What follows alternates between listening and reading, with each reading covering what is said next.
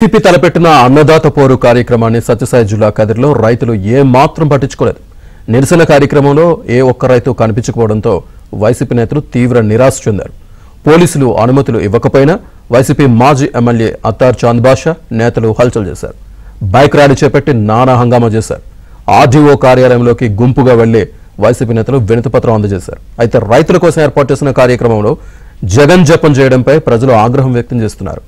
YCP పాలనలో రైతులను ఏ మాత్రం పట్టించుకోకుండా ఇప్పుడు మొసలి కన్నీరు కారుస్తున్నారని సర్వత్రా విమర్శలు వ్యక్తమవుతున్నాయి.